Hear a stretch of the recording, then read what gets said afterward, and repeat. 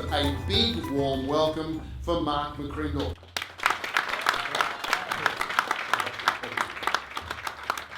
Good afternoon. Oh, it's great to have had lunch with you, and now I guess we're going to feed our brains and look at some of the changes and the trends ahead. And I think, as Rod has so eloquently summed up, to keep an eye on the future, to understand the times, the context in which we operate is certainly essential for us all. But I want to look beyond, I guess, just the hills environment, even just beyond the Sydney environment, to look at what's happening nationally. Indeed, where are we at globally?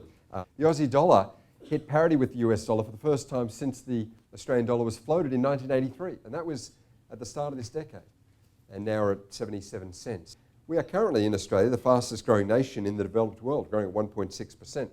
As I said, adding 1 million people every 2.5 years. If you look at how that plays out over a longer period of time, it has a big impact in growth, more opportunities, more customers, more prospective clients than ever before, and record births, and we're living longer than ever, so births minus deaths greater than ever, and yet that is just 2/5 of our growth. Record setting though it may be, 3/5 coming through net overseas migration. So the cultural diversity increasingly is what defines us. Now, if we've always had strong migration numbers. In fact, I looked up the 1915 data again, just reflecting back a century.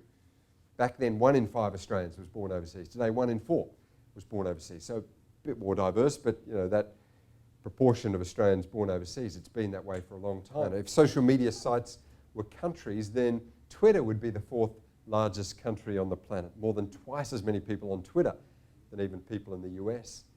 If social media sites were countries based on their popularity in less than a decade, then Instagram would round out the top 10 countries in the world. Let me conclude with these 2 final words.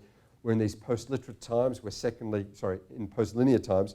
Secondly, we're in post-literate times. By this I mean, the way we have to communicate these days can't just be through written forms, has to be through visual forms. Generation Alpha, born since 2010, I've labelled here, not just the alphas, but Generation Glass, because it's not the paper, it's the glass that's the medium for them. It's glass that they carry in their pockets or wear on their wrists or wear on their face. It's glass that comes to life. It'll be on the head-up display of the first car they ever drive. It's glass that is there not to just look through, but to look at. Glass that will display content and video content. So in these times, we've got to make sure we communicate not just cognitively, but emotively, not just getting the message out, the rational content, the statistics, the data, but communicating here. If all we do is communicate more content, we'll end up with agreeers who say, yeah, I get it here, but I'm not convinced here. We've got to connect at the heart. That's the power of brand. That's the 21st century. That's social media. That's the visceral engagement. Now, if you connect emotively, visually, viscerally, on this vertical axis, that's great, but you've also got to make sure it makes sense. We've got a more educated community as well. So it's just a heart connection, but no great price point or clear communication. We'll end up with seekers who say, I like the people, like the concept, like the brand, don't really know if what they've got is right for me. The Net Promoter Score, the raving fans, the key embracers, they're found here. They're on board head-wise and heart-wise. They like the product, it meets their needs, but they're passionate about the service and who you are and how it was delivered.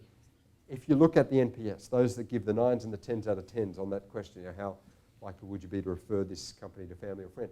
They're people who aren't just satisfied, they're passionate. They're 9s and 10s. They're, in other words, on board heart-wise, not just head-wise, and they are the only ones that we care about in an NPS score. You take everyone else off, well, the 0 to 6s off the 9s and 10s. It's about the head and heart connection, and when you've got the hecklers or the agreeers or the seekers, it's finding the problem, the vertical or the horizontal, and bringing them across. Let me conclude with a final statement. We've had a saying in our research for some time that every organisation, every brand, every product is just one generation away from extinction, by definition.